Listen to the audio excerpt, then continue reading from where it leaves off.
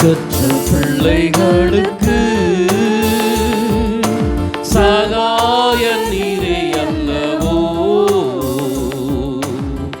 எக்காலம் துணையவர்க்கு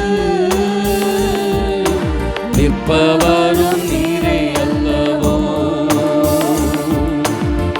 தனிமையான எனக்கு சகாய நீரே அல்லவோ, ஆதரவற்ற எனக்கு பக்கபலம் நீரே அல்லவோ, பக்கபலம் நீரே அல்லவோ. என்றைக்கும் மறைந்திருப்பீரோ, தூரத்தில் நின்று விடுவீரோ. என்றைக்கும் மறைந்திருப்பீரோ, தூரத்தில் நின்று விடுவீரோ. பேதைகளை மறப்பீரோ, ஏழைகளை மறப்பீரோ. இயேசுவே மனம் இறங்கும், இயேசுவே மனம் இறங்கும். திக்கற்ற பிள்ளைகளுக்கு சகாய நீரே அல்லவோ, எக்காலம் துணையவர்க்கு நிற்பவரும் நீரே அல்லவோ. கர்த்தாவே எழுந்தருளும், கை தூக்கி என்னை நிறுத்தும். சொல்லுங்க. கர்த்தாவே எழுந்தருளும்,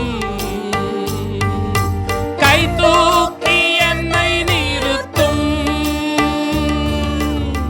தீமைகள் என்னை சூழும் நேரம், தீயவர் என்னை சூழும் நேரம், தூயவரே ரட்சியும், தூயவரே ரட்சியும். திக்கற்ற பிள்ளைகளுக்கு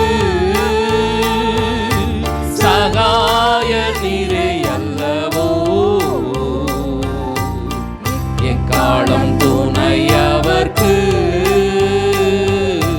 நிற்பவரும் நீரே அல்லவோ. தாயனை மறந்தாலும் நீரனை மறப்பதில்லை. இயேசுவே. தாயனை மறந்தாலும் நீரனை மறப்பதில்லை. ஏழையின் ஜெபம் கேளும்,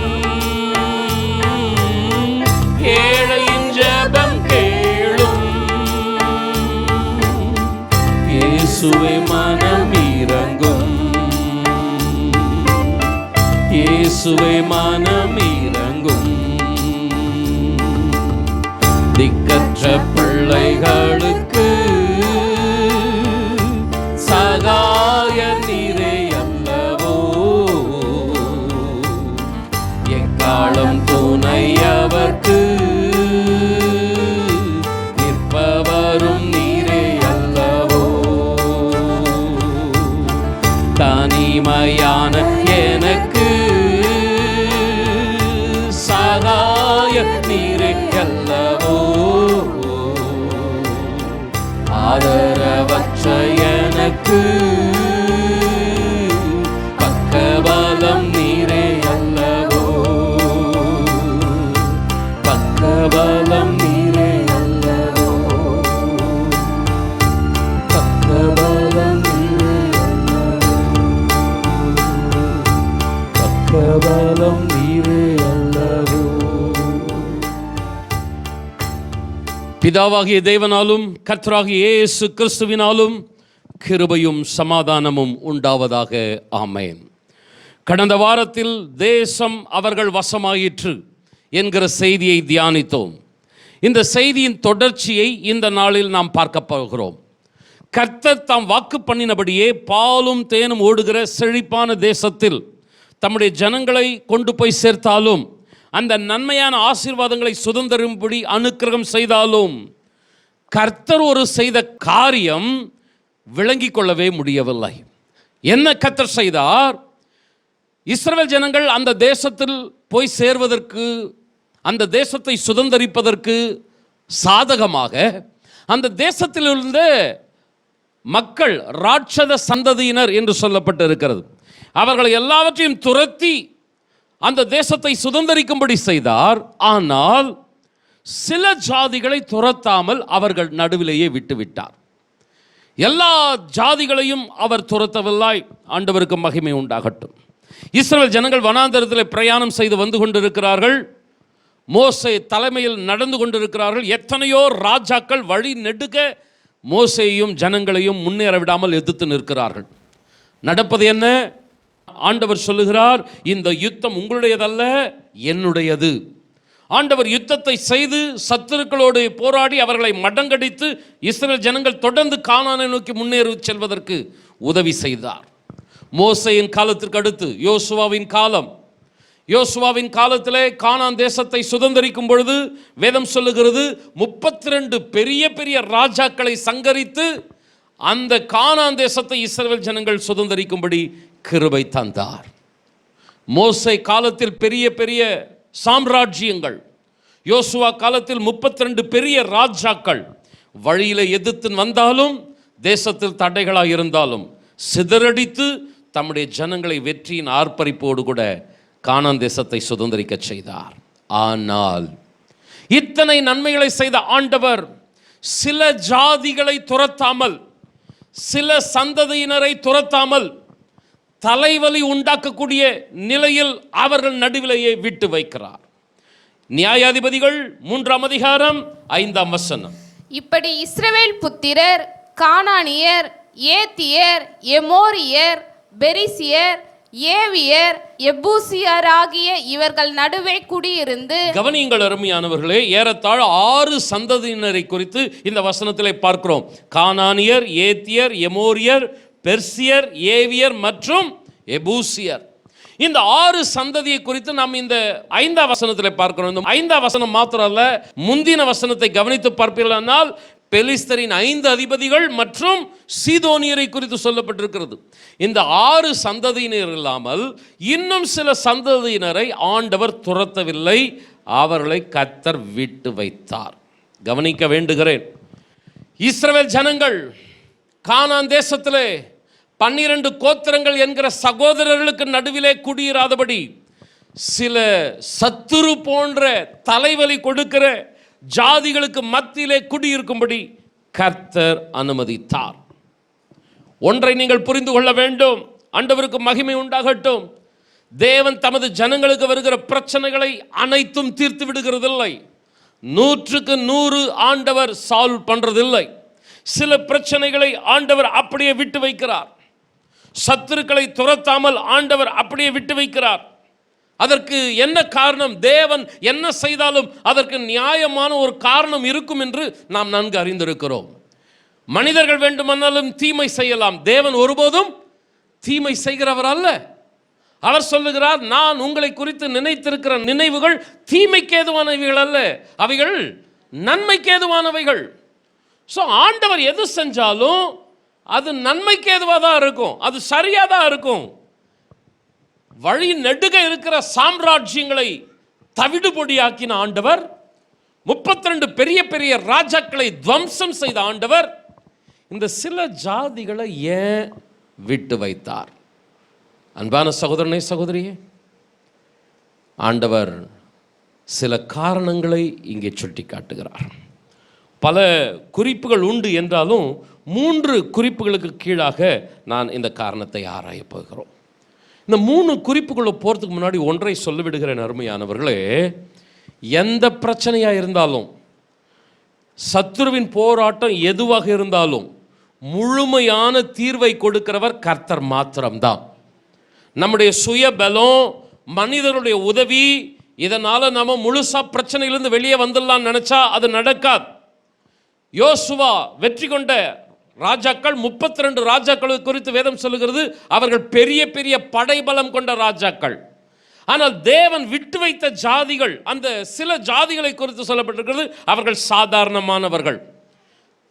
பெரிய பெரிய ராஜாக்களையே சங்கரிச்சவன் சின்ன சின்ன ராஜாக்களை சங்கரிக்கல. ஏன் அப்படின்னா வசனம் சொல்லுகிறது, நீங்க கவனிங்க. 2ஆம் அதிகாரம் நியாயாதிபதிகள் 23ஆம் வசனம். அதற்காக கர்த்தர் அந்த ஜாதிகளை யோசுவாவின் கையில் ஒப்பு கொடாமலும் அவர்களை சீக்கிரமாய் துரத்தி விடாமலும் விட்டு வைத்தார். இந்த வசனம் 2 காரியங்களை சுட்டி காட்டுகிறது. ஒன்று, தேவன் அவர்களை யோசுவாவின் கையில் ஒப்பு கொடுக்கவில்லை. 2, தேவன் அவர்களை சீக்கிரமாய் துரத்தவில்லை. இந்த வசனம் சொல்லுகிற பாடம் என்ன, செய்தி என்ன? தேவன் துரத்தாமல் நம்மால் ஒரு பிரச்சனையையும் துரத்த முடியாது, சத்ருவை துரத்த முடியாது. நம்முடைய மாம்ச பலம், சுயபலம் இதற்கெல்லாம் உதவி செய்யாது. அன்பானவர்களே, எத்தனையோ பிரச்சனைகள் மாற வேண்டும் என்று போராடி கொண்டிருக்கிறீர்கள். குடும்பத்தில், வாழ்க்கையில் உங்களுக்கு எதிராக செயல்படுகிற சத்ருவை மேற்கொள்ள வேண்டும், அவனை வீழ்த்த வேண்டும் என்று பிரயாசப்பட்டு கொண்டிருக்கிறீர்கள். உங்களுக்கு நான் அன்பான ஆலோசனை சொல்லுகிறேன். அந்த முயற்சிகள், அந்த பிரயாசங்களை வெறும் மாம்ச பலத்தில், சுய பலத்தில், மனித அறிவில் மாத்திரம் முயற்சித்து கொண்டிராமல் தேவனுடைய பாதத்தில் அமருங்கள். ஆண்டவரே, என்னுடைய சுய முயற்சியினால் இந்த பிரச்சனையை தீர்க்க முடியாது, நீர் எனக்கு உதவி செய்ய வேண்டும். என்னால் அன்றி உங்களாலே ஒன்றும் செய்ய முடியாது என்று ஆண்டவர் சொல்லி இருக்கிறாரே, அவர்கிட்ட சொல்லுங்க, என்னால் எதையும் செய்ய முடியாதப்பா, நீர் எனக்கு உதவி செய்யணும். நீர் உதவி செய்வீரானால் இந்த பிரச்சனையை மாற்ற முடியும், இந்த சத்ருவை என்னாலே துரத்த முடியும். ஆண்டவருடைய பாதத்தில் அமருங்கள். வேதத்தில் சில நபர்கள் தங்களுக்கு பிரச்சனைகள் வரும் பொழுது உடனே தன்னுடைய மாம்சத்தில், சுய பலத்தில் ஆலோசனை செஞ்சு உடனே ஓடிடல, ஆண்டவருடைய பாதத்தில் அமர்ந்திருந்தார்கள். ஆண்டவரே, இந்த பிரச்சனையை மாற்றுவீரா, இந்த சூழ்நிலையை ஆண்டவரை ஜெயிக்க எனக்கு உதவி செய்வீரா? ஆண்டவர்கிட்ட என்ன பண்ணாங்க? போனாங்க, ஜெபம் பண்ணாங்க. ஒரு உதாரணத்தை உங்களுக்கு முன்பாக வைக்கிறேன். 1 சாமுவேல் 30ஆம் அதிகாரம் 8ஆம் வசனம். தாவீது கர்த்தரை நோக்கி, நான் அந்த தண்டை பின்தொடர வேண்டுமா, அதை பிடிப்பேனா என்று கேட்டான். அதற்கு அவர், அதை பின்தொடர், அதை நீ பிடித்து சகலத்தையும் திருப்பிக் கொள்வாய் என்றார். சிக்லாக் என்கிற இடத்திலே சத்துருக்கள் வந்து தாவீதையும் தாவீதினுடைய குடும்பத்தையும் அவனோடு கூட இருந்தவருடைய உடைமைகளையும் கொள்ளையடித்து கொண்டு போய் விட்டார்கள். தாவீது திரும்பி வந்து பார்க்கிறான், தான் வசித்த கூடாரங்கள் எல்லாம் நெருப்புக்கு இரையாக இருக்கிறது, சாம்பலாக கிடக்கிறது. மிகவும் வேதனைப்படுகிறார். உடனே அவன் கோபமாய் எழுந்து புறப்பட்டு சென்று விடவில்லை. தாவீதை குறித்து வேதம் சொல்லுகிறது, அவன் யுத்த வீரன், அவன் காரிய சமர்த்தன், அவன் போகிற இடமெல்லாம் அவன் வெற்றி பெற்றான். அவனை குறித்து வேதம் இப்படியாய் சாட்சி சொல்லுகிறது. அவன் நினைத்திருந்தால் தன்னுடைய வீரத்தின் மீது நம்பிக்கை வைத்து உடனே புறப்பட்டு போயிருக்கலாம். ஆனால் முதல்ல போய் ஜெபம் பண்றான் உட்கார்ந்து, ஆண்டவரே, நான் அதை பிடிப்பேனா, அதை நான் திருப்பிக் கொள்ள முடியுமா, என் கையில் நீர் இவைகளை ஒப்புக் கொடுப்பீரா? ஆண்டவர் பதில் சொல்றார், நீ போ, நீ சகலத்தையும் பிடித்து திருப்பிக் கொள்வாய். ஆண்டவர்கிட்ட அந்த ஜெபத்துக்கு கேட்டு பதிலை வாங்கிட்டு அதுக்கடுத்து போகிறான், இழந்த எல்லாத்தையும் திருப்பிட்டு வந்துடுறான். அன்பானவர்களே, பிரச்சனை, சத்ருவின் போராட்டம், முழங்காலில் நிற்கிறீங்களா, உக்காந்து நீங்களே யோசிக்கிறீங்களா, இல்லை யாரை போய் பார்க்கலாம் அப்படின்னு மனுஷனை தேடி போயிட்டு இருக்கிறீங்களா? உங்களுடைய மனதில் தோன்றுகிற சிந்தனைகள், நீங்கள் தேடி போகிற மனிதர்கள் உங்களுக்கு நிரந்தர அல்லது முழுமையான தீர்வை கொடுக்க முடியாது. நீங்கள் முழங்காலில் அமருவீர்களானால் உங்கள் பிரச்சனைகளை மாற்றக்கூடிய ஆலோசனைகளை கர்த்தர் தருவார். எத்தனை பேர் ஆமென் சொல்லுகிறீர்கள்?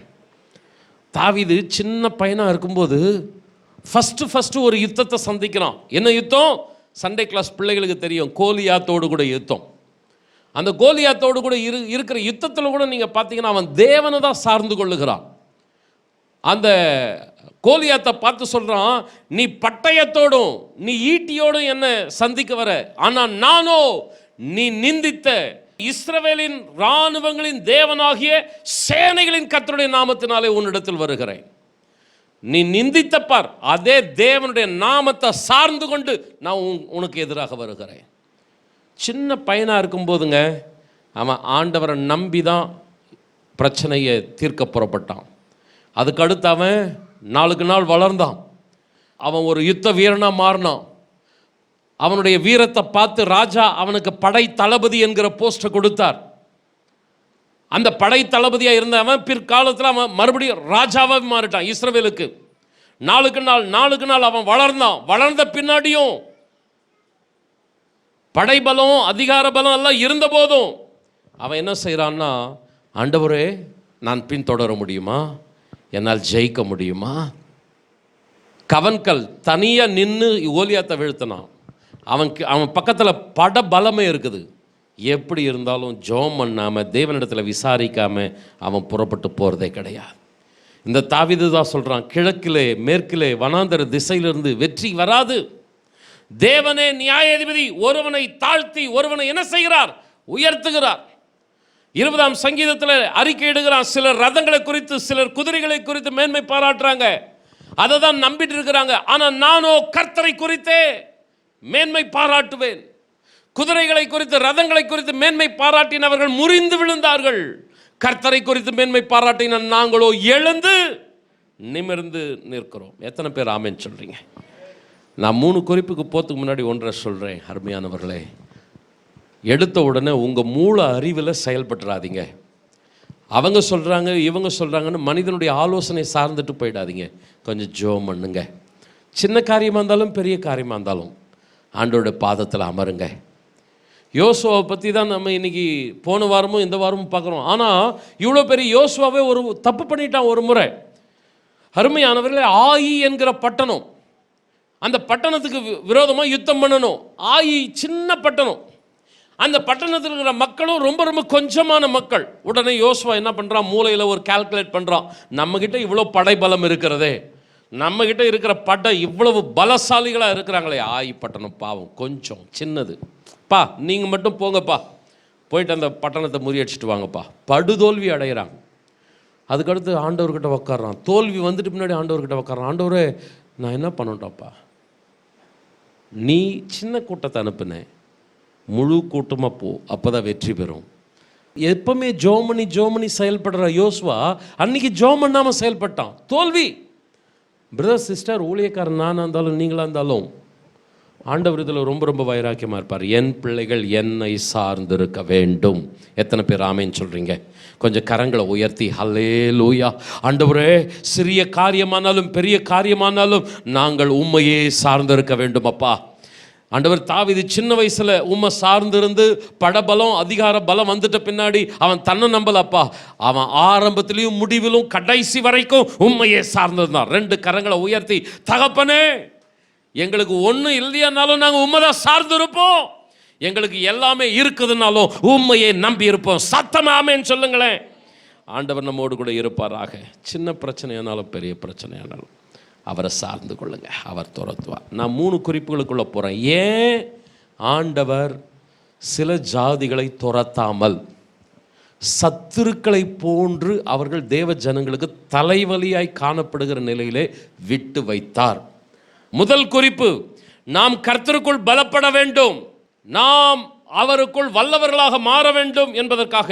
நியாயாதிபதிகள் 3ஆம் அதிகாரம் 1, 2 வசனங்கள். கானான் தேசத்தில் நடந்த சகல யுத்தங்களையும் அறியாதிருந்த இஸ்ரவேலர் ஆகிய அனைவரையும் சோதிப்பதற்காகவும் இஸ்ரவேல் புத்திரரின் சந்ததியாரும் அதற்கு முன் யுத்தம் செய்ய அறியாதிருந்தவர்களும் அவைகளை அறியும்படி பழுக்குவிப்பதற்காகவும் கர்த்தர் விட்டு வைத்த ஜாதிகள் யார் என்றால், கவனியுங்கள் அருமையானவர்களே, இங்கே ஆண்டவர் சில ஜாதிகளை விட்டு வைத்திருக்கிறார். அந்த விட்டு வைத்தது எதற்காக என்று நீங்கள் கவனிப்பீர்கள் என்றால் 1, 2 வசனம் சொல்லுகிற காரியத்தை கவனியுங்கள். இதுவரை தேசத்திலே நடந்த யுத்தங்களை குறித்து கேள்விப்படாதவர்கள்.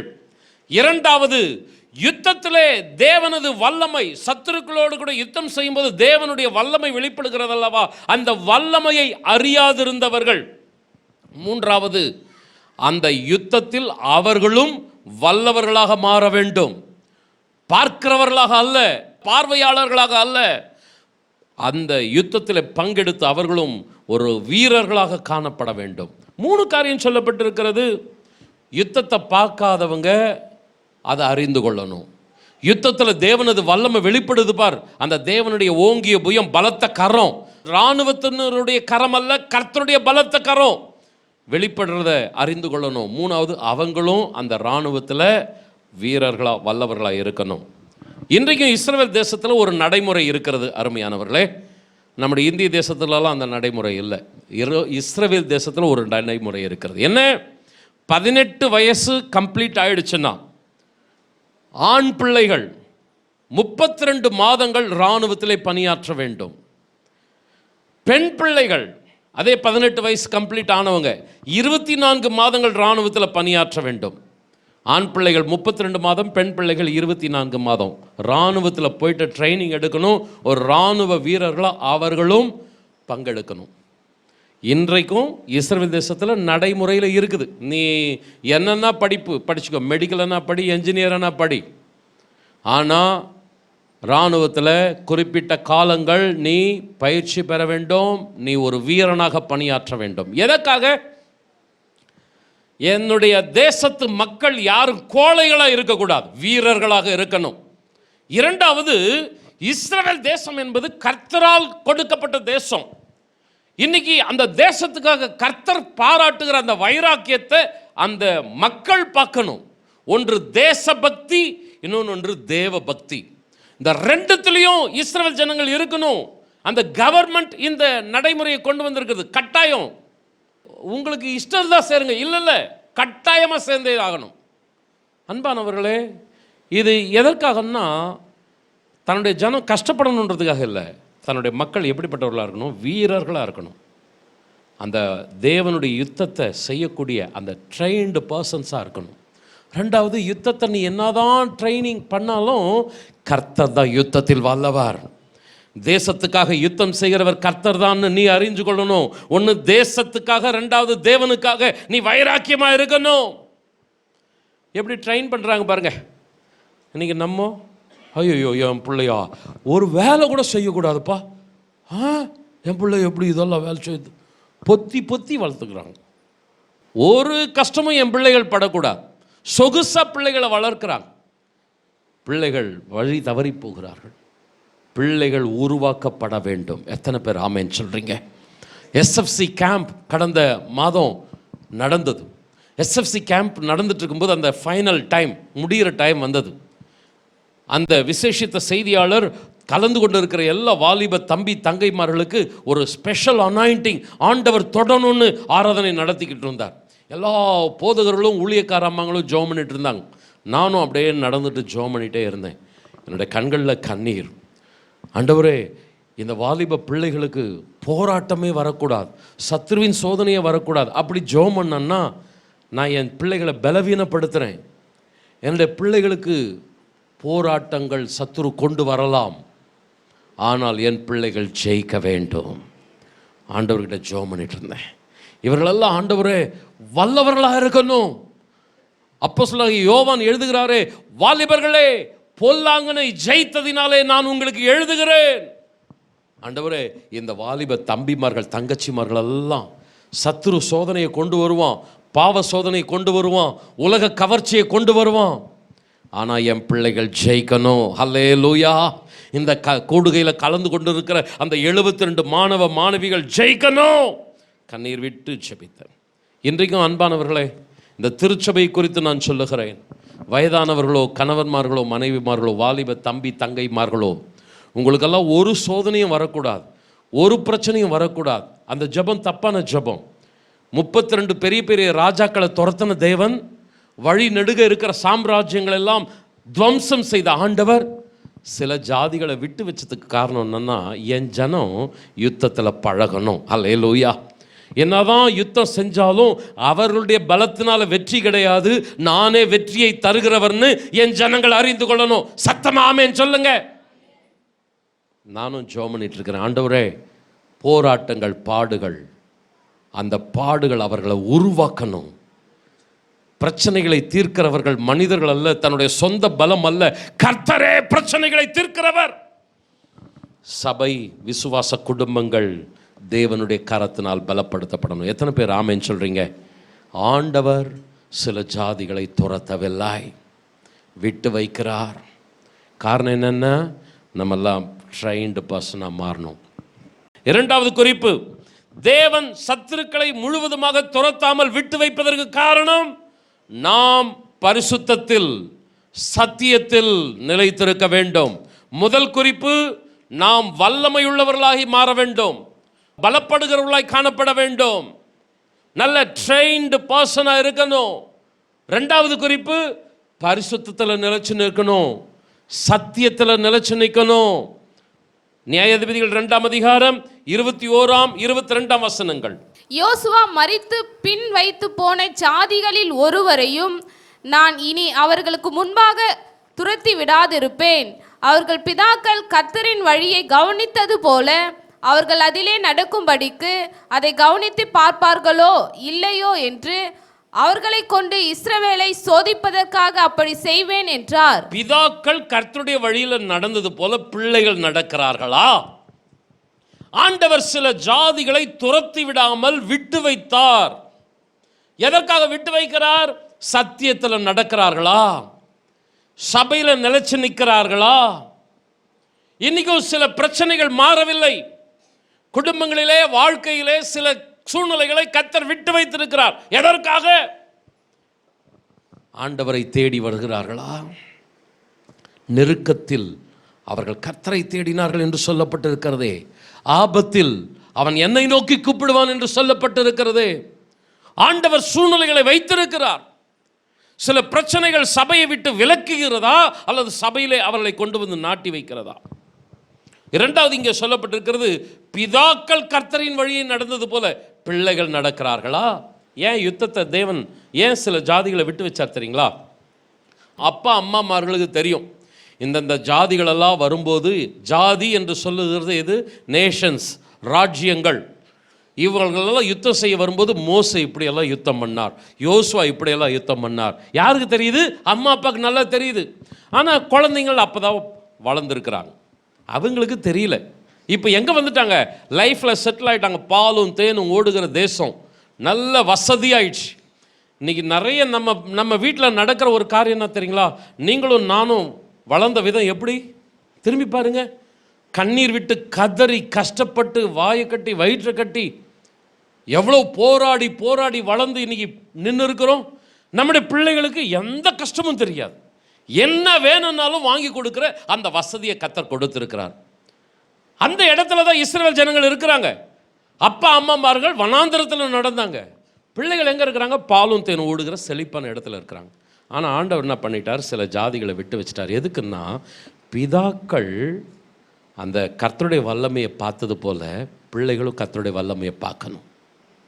அம்மா அப்பாங்களெல்லாம் நான் சொல்கிறது கேளுங்க, சில சூழ்நிலையில் பிள்ளைகள் சந்திப்பார்கள். உங்களெல்லாம் ஆண்டவர் உருவாக்கலையா? அம்மா அப்பாங்களை நான் கேட்குறேன், எவ்வளோ பாடுபட்டீங்க, எவ்வளோ கண்ணீர் விட்டீங்க, குடும்பம் வாழ்க்கை எவ்வளவு கடினமான போராட்டத்தில் போராடி இன்னைக்கு நல்ல நிலைக்கு வந்திருக்கிறீங்க. பிள்ளைகளுக்கு அந்த கஷ்டம் எதுவுமே தெரியாது. பிள்ளைகள் பார்க்குறதெல்லாம் நல்ல சொகுசான வாழ்க்கை. ஆனால் ஆண்டவர் கற்றுக் கொடுக்க விருப்பப்படுறார். குறைவு, பாடு, பிரச்சனை, இதுலேயும் நீ உருவாக்கப்படணும். கர்த்தருடைய வல்லமையை அறிந்து கொள்ளணும். அந்த பிரச்சனைகள் பாடுகள் வரும்போது பெற்றோர்கள் பிதாக்கள் எப்படி கர்த்தருக்குள்ள தங்களை பலப்படுத்திக்கிட்டாங்களோ பிள்ளைகளும் அப்படி பலப்படுத்தி கொள்ளணும். அப்போ அம்மா பாருங்க, கையை பிடிச்சு என்ன பண்ணுங்க, ஜெபத்தில் பிள்ளைகளை உருவாக்குங்க. நீங்கள் மாத்திரம் ஜெபம் பண்ணி ஆசீர்வாதங்களை பெற்றுக்கொள்ளலாம். ஆனால் உங்கள் பிள்ளைகள் கேட்ட உடனே அவங்கள ஜெபமே பண்ண விடாமல் நீங்கள் எல்லாத்தையும் வாங்கி கொடுத்துடலாம். தப்பு பண்ணுறீங்க. பேரண்ட்ஸ் தப்பு பண்ணுறீங்க. பிள்ளைகளை என்ன பண்ணுங்க, ஜெபம் பண்ண விடுங்க. அவர்கள் கர்த்தரை நோக்கி கூப்பிட வையுங்க. அவர்கள் கர்த்தருக்கும் அவர்களுக்கும் இருக்கிற உறவை நீங்கள் பலப்படுத்த வையுங்கள். அதை நீங்கள் செய்யணும். ஆண்டவர் என்ன பண்ணுறார்? பிதாக்கள் நடந்தது போல பிள்ளைகள் நடக்கிறார்களா? தலைமுறை தலைமுறையாய் சபை கூடி வருகிறார்களா? சத்தியத்துக்கு கீழ்ப்படுகிறார்களா? ஜெபிக்கிறார்களா? பரிசுத்தமாய் வாழ்கிறார்களா? பார்க்கிறார் ஆண்டவர். இன்னைக்கு ஒரு வருத்தம் என்ன தெரியுங்களா? அம்மா அப்பாங்க கிட்ட இருக்கிற அந்த பக்தி வைராக்கியம் பிள்ளைகள் கிட்ட கிடையாது. அம்மா அப்பாங்க இன்றைக்கும் வசதியாக தான் இருக்கிறீங்க. ஆனால் அந்த வசதி உங்களை மயக்க இல்லை. நீங்கள் கர்த்தருக்குள்ள பத்திரமா இருக்கிறீங்க. ஏன்னா உங்களுக்கு தெரியும் அந்த கடந்து வந்த பாதை. ஆனால் பிள்ளைகள் இந்த வசதியை பார்த்துட்டு மயங்கிட்டாங்க. நீ வேணுமனா இப்படி இரு. ஏன்? மயங்கி போயாச்சு, மயங்கி போயாச்சு. பிதாக்கள் நடந்தது போல பிள்ளைகள் நடப்பதில்லை. திருச்சபையை பற்றி சொல்கிறேன். என்னுடைய காலங்களிலே என்னை உருவாக்கின ஊழியக்காரர்களை நான் பார்க்கிறேன். அந்த ஊழியக்காரர்கள் சபையை நடத்தும் போது அந்த அபிஷேகம், அந்த வல்லமை, அந்த பரிசுத்தம், சபையிலே காணப்பட்ட பயபக்தி, இதை நினைச்சு பார்க்கிறேன். இக்கால திருச்சபைகளை பார்க்கிறேன், இக்கால ஊழியக்காரர்களை பார்க்கிறேன். அன்றைக்கு பிதாக்களிடத்தில் காணப்பட்ட அந்த அர்ப்பணிப்பு, பக்தி, வைராக்கியம் இன்னைக்கு ஊழியக்காரரிடத்திலும் இல்லை, சபையிலும் இல்லை. துக்கப்படுகிறேன். ஆனால் கர்த்தர் விடுகிறவர் அல்ல, உருவாக்குகிறவர். எத்தனை பேர் ஆமென் சொல்லுகிறீர்கள்? ஹல்லேலூயா. அம்மா அப்பாவை உருவாக்குனது போல பிள்ளைகளை உருவாக்குகிறவர். ஹல்லேலூயா. 2 கரங்களை உயர்த்தி, தகப்பனே, குடும்பம், திருச்சபை, பிதாக்கள் நடந்தது போல பிள்ளைகளும் நடக்கணும் ஆண்டவரே. ஒருவேளை பிதாக்கள் சந்தித்த பிரச்சனை வனாந்திர பிரச்சனை, வித்தியாசமான பிரச்சனை. பிள்ளைகள் சந்திக்கிற பிரச்சனை கானான் தேசத்துக்குள்ளே இருக்கிற பிரச்சனை, அது வேற ஒரு வித்தியாசமான பிரச்சனை. ஆனால் பிரச்சனைகள் எந்த விதத்தில் வந்தாலும் தீர்க்கிறவர் ஒரே ஒருவர், அது கர்த்தர் மாத்திரமே. ஹல்லேலூயா. ஆண்டவரே, எங்களை உம்மை சார வைத்தவரே, எங்கள் பிள்ளைகளையும் உம்மை சார்ந்து கொள்ள வைப்பீராக. முற்பிதாக்கள் திருச்சபையை அந்த அபிஷேகத்தில், அந்த பரிசுத்தத்தில் நடத்தினது போல இக்கால திருச்சபைகளும் அதே அபிஷேகத்தில் நடக்கட்டும். சத்தம் ஆமென் சொல்லுங்களேன். 2 கொரிந்தியர் 12ஆம் அதிகாரம் 7ஆம் வசனம். அன்றியும் எனக்கு வெளிப்படுத்தப்பட்டவைகளுக்குரிய மேன்மை நிமித்தம் நான் என்னை உயர்த்தாதபடிக்கு என் மாம்சத்திலே ஒரு முள் கொடுக்கப்பட்டு இருக்கிறது. என்னை நான் உயர்த்தாதபடிக்கு அதை என்னை குட்டும் சாத்தானுடைய தூதனாய் இருக்கிறது. கவனிங்க, அப்போஸ்தலனாகிய பவுலின் மூலமாக கர்த்தர் பலத்த அற்புதங்களை, அதிசயங்களை நடப்பிக்கிறார். 1ஆம் நூற்றாண்டில் ஏராளமான திருச்சபைகள் ஸ்தாபிக்கப்படுவதற்கு காரணம் அப்போஸ்தலனாகிய பவுல். சபைகளில் நடக்கிற அற்புதங்கள், அதிசயங்கள், சுவிசேஷ கூட்டங்களில் நடக்கிற பலத்த ஆண்டவருடைய கிரியைகள், ஜனங்கள் திரளாய் சபைக்குள் வருகிறார்கள். சபைகள் பெருகுகிறது, சபையிலே ஆத்துமக்கள் பெருகுகிறார்கள். இத்தனை மகிமையான வல்லமையான ஊழியம் நடைபெறுவதற்கு காரணம் அப்போஸ்தலனாகிய பவுலும் ஒருவன். ஆனால் பவுலுடைய சரீரத்தில் ஒரு முள்ளு, அது அவனை குட்டும் சாத்தானுடைய தூதன்.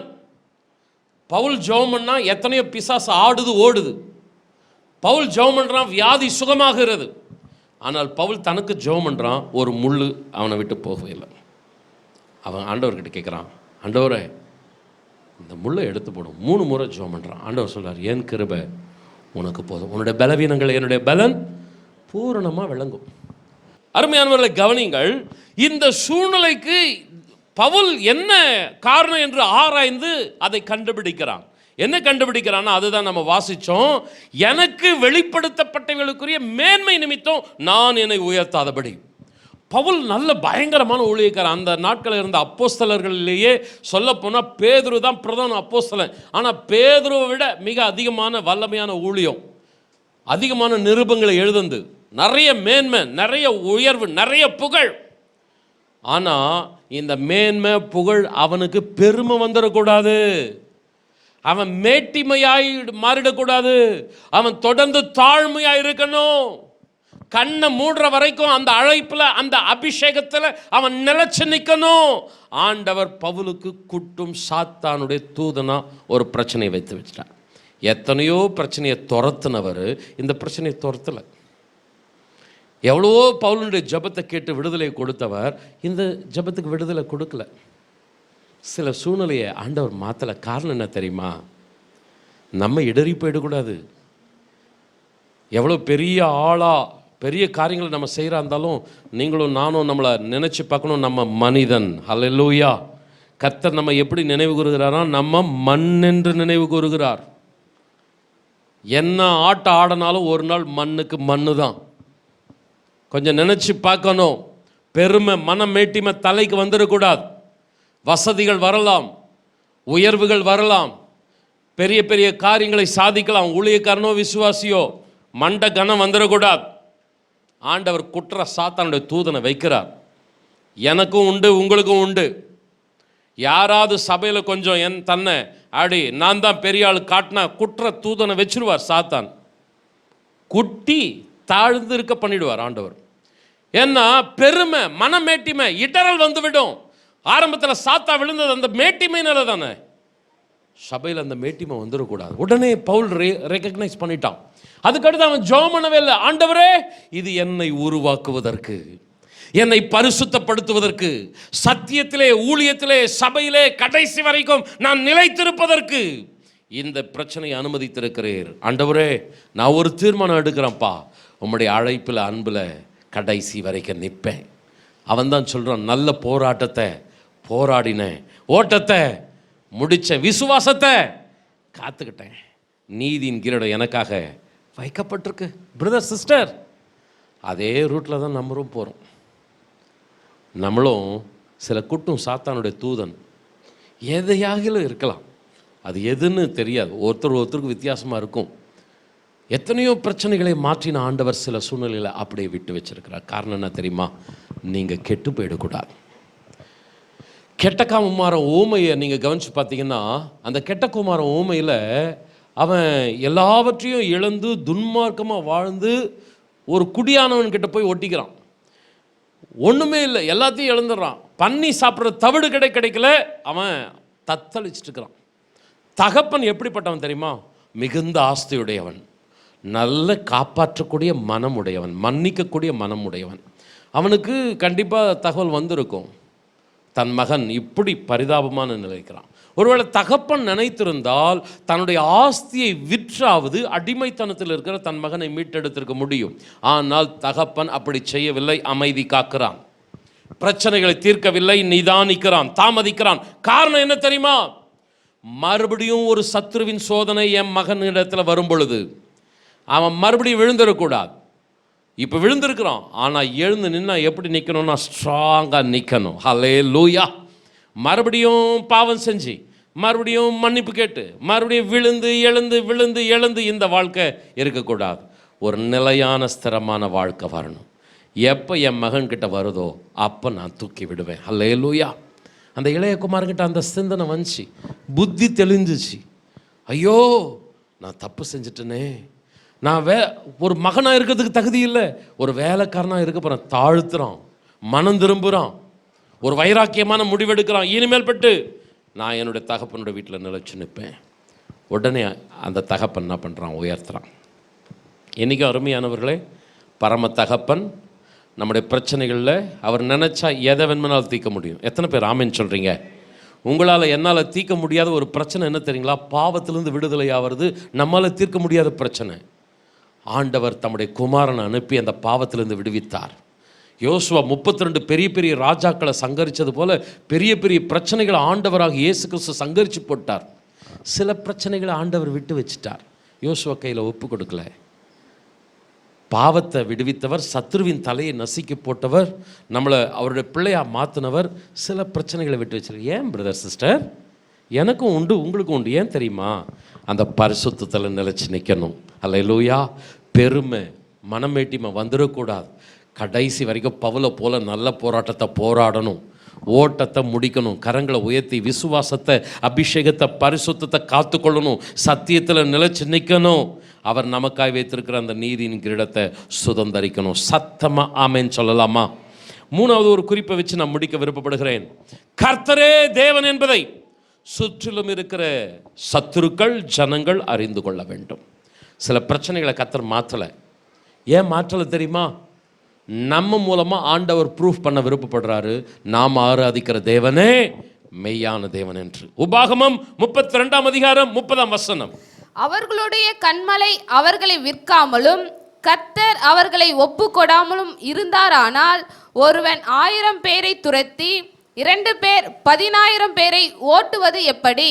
அருமையானவர்களே, ஒருவன் 1000 பேரை துரத்துவது, 2 பேர் 10,000 பேரை துரத்துவது என்பது இஸ்ரவேல் ஜனங்களுக்கு தேவன் கொடுத்த வாக்குத்தத்தம்.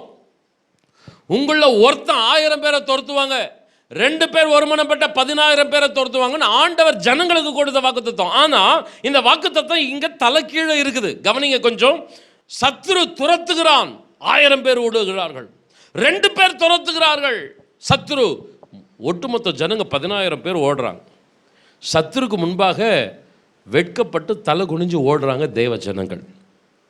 ஏன்பா அப்படின்னு பார்த்தீங்கன்னா, நீங்கள் இந்த அதிகாரம் முழுசும் வாசித்து பார்த்தீங்கன்னா தேவ தண்டனை ஜனங்கள் மேலே இருக்குது. தேவ ஜனங்கள் பாவம் செய்கிறாங்க, கர்த்தரை விட்டு விலக போகிறாங்க, விக்கிரக ஆராதனை பண்ணுறாங்க. கர்த்தர் அவர்களை என்ன பண்ணுறார்? அந்நிய ஜாதிகள் கையில் விற்று போட்டுறார். அதுதான் சொல்கிறோம், அவருடைய கண்மலை அவர்களை விற்று போட்டு விட்டது.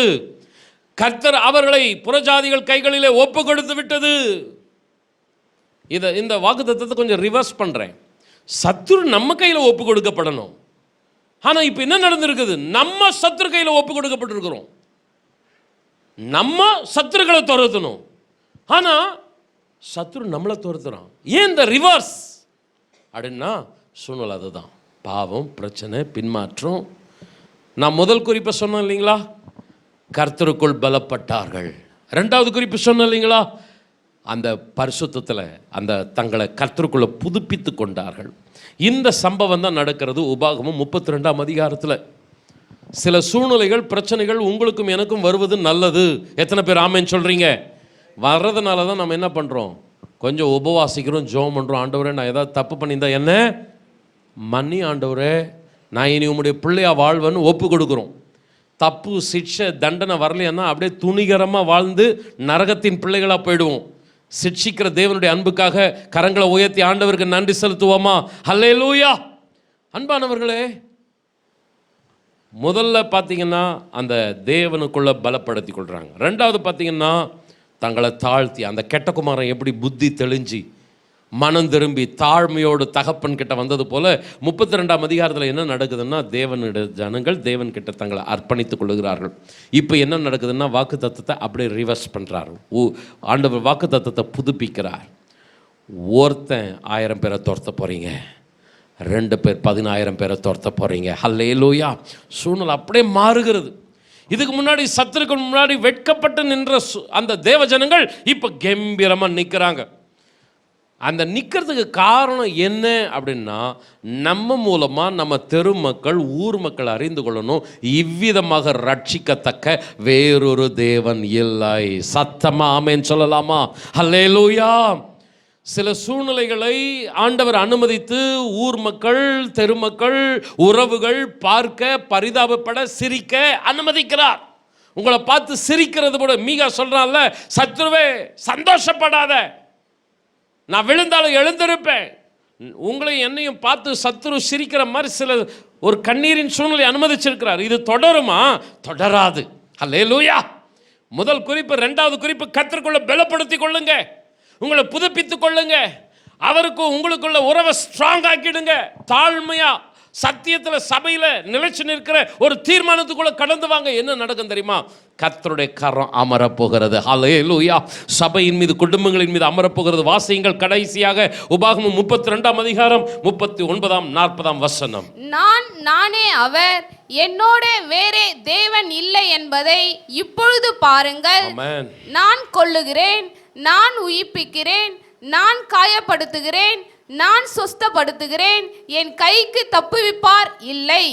நான் என் கரத்தை வானத்திற்கு நேராக உயர்த்தி, நான் என்றென்றைக்கும் ஜீவித்திருக்கிறவர் என்கிறேன். நான் என் கரத்தை வானத்துக்கு நேராக உயர்த்தி, நான் என்றென்றைக்கும் ஜீவித்திருக்கிறவர் என்கிறேன். சத்தமா ஆமென் சொல்லுங்களேன். ஹல்லேலூயா. நான் தான் அடித்தேன், நான் தான் காயப்படுத்தினேன். ஆனால் சத்துரு அடித்தா குற்றுயிராக விட்டுட்டு போயிடுவான். ஆனால் தேவன் அடித்தார்னா காயம் கட்டுவார். ஹல்லேலூயா. குணமாக்குவார், அவர் சொஸ்தப்படுத்துவார், அவர் நிரூபிப்பார், நானே தேவன், என்னை அன்றி வேறே தேவன் இல்லை. ஹல்லேலூயா.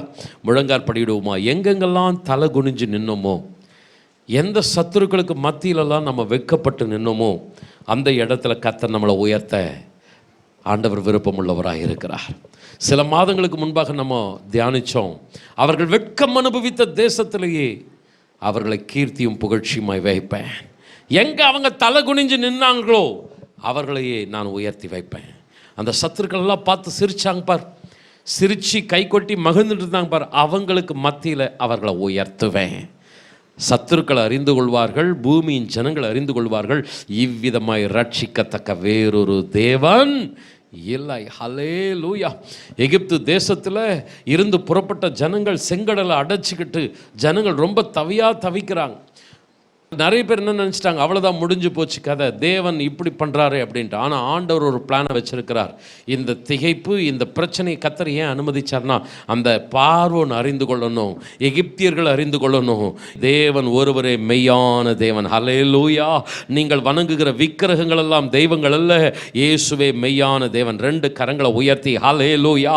இதோ ஆண்டவரே, எங்களுடைய தெருக்களிலே ஆண்டவரே, உறவுகளுக்கு ஆண்டவரே, நண்பர்களுக்கு, ஊர் மக்களுக்கு மத்தியிலே சில கண்ணீர்கள், பிரச்சனைகளுக்கு மத்தியிலே விசுவாச குடும்பங்கள், சபை கடந்து போய் கொண்டிருக்கிறது. ஆனால் நாங்கள் நம்புகிறோம், எங்களைப் போல நாங்கள் ஆராதிக்கிற தேவனை போல ஒரு தேவன் இல்லை, எங்களுடைய கண்மலையை போல ஒரு கண்மலை இல்லை. கரங்களை தட்டி ஹல்லேலூயா. எங்களுடைய விசுவாசமே உலகத்தை ஜெயிக்கிற ஜெயம். ஆண்டவரே, தாவீது சொல்கிறான், என் சத்துருக்களுக்கு மத்தியில் ஒரு பந்தியை ஆயத்தப்படுத்தி என் தலை எண்ணெயினால் அபிஷேகம் பண்ணுகிறார், என் பாத்திரம் நிரம்பி வழிகிறது. ஹல்லேலூயா. சுற்றிலும் சத்துருவுக்கு மத்தியில் என்னை வச்சுட்டாரு, இப்படி பண்ணுறாரேன்னு எல்லாம் தாவீது புலம்பிட்டு இல்லை.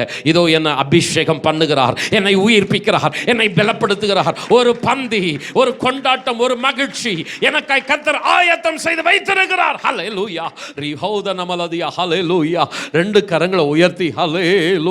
சுத்திலும் பிரச்சனை, சுத்திலும் சத்துரு, எத்தனையோ பிரச்சனைகளை தீர்த்த தேவன், எத்தனையோ சத்துருக்களை துரத்தின தேவன் சில பிரச்சனைகளை வச்சிருக்கிறார், சில மனிதர்களை சத்துருக்களை போல வச்சிருக்கிறார். காரணம் என்னன்னா, அவரே தேவன். ஹல்லேலூயா. அவரை போல வேறொரு தேவன் இல்லை என்பதை எல்லாரும் அறிந்து கொள்ள வேண்டும். கொஞ்சம் 2 கரங்களை உயர்த்தி, தகப்பனே, இதோ என் பக்கத்தை விட அறிந்து கொள்ளணும், என் தெரு அறிந்து கொள்ளணும், என் ஊர் அறிந்து கொள்ளணும், எந்த ஜனத்திலிருந்து நான் ரட்சிக்கப்பட்டேனோ, ரட்சிக்கப்படாத என் சொந்த பந்தம் என்னை பார்த்து இழிவா பேசிட்டு இருக்கிறாங்கப்பா. இயேசுவை நம்பி போனியே, ஓ சபைக்கு போனியே, இப்படி இருக்கிறியே, அவர்களுக்கு முன்னாடி ஓ என் இயேசுவை போல, என் ஆண்டவரை போல ஒரு தேவன் இல்லை என்பதை ஆண்டவரை நாங்கள் வெளிப்படுத்தணும். ஆண்டவரே, உம்முடைய நாமம் மகிமைப்படணும். ஆண்டவரே, கிருபை செய்வீராக, கிருபை செய்வீராக. ஹல்லேலூயா. 12 கோத்திரத்துக்கு மத்தியில் சில அந்நிய ஜாதிகள். எதுக்குன்னா, அவங்கள போல நீங்க மாறுறதுக்கு இல்லை. இன்னைக்கு நிறைய பேர் பண்ற தப்பு என்னன்னா, மற்றவர்கள் அந்த பாவமான ஜனங்களை போல இவங்க மாறிடுறாங்க. நீங்கள் என்னுடையவர்களாக இருக்கும்படி உங்களை மற்ற ஜனத்தை விட்டு பிரித்தெடுத்தேன். கொஞ்சம் முழங்கார் படிக்கிட்டு கரங்களை உயர்த்தி, தகப்பனே, அந்த விட்டு வச்ச ஜாதிகளை போல நாங்கள் மாறிட மாட்டோம்ப்பா. அவங்களுடைய பாவத்துக்கு, அவங்களுடைய கொண்டாட்டத்துக்கு அல்ல, நாங்கள் பரிசுத்த ஜாதிகளாக இருப்போம், கர்த்தருக்கு மகிமையான சாட்சிகளாக இருப்போம். நானும் என் பிள்ளைகளும் அற்புதங்களாய், அடையாளங்களாய் திகழ்வோம். என் பிள்ளைகளை சத்தியத்தில் நடத்துவேன். ஒரு சாட்சி வெளிப்படணும், நான் ஆராதிக்கிற தேவனை போல ஒரு தேவனே இல்லை. கரங்களை தட்டி கர்த்தரை மகிமைப்படுத்துவோமா? ஹல்லேலூயா. நம் இயேசுவை போலவே வேறே ரட்சகர் இல்லையே, நம் இயேசுவை போலவே வேறே ரட்சகர் இல்லையே.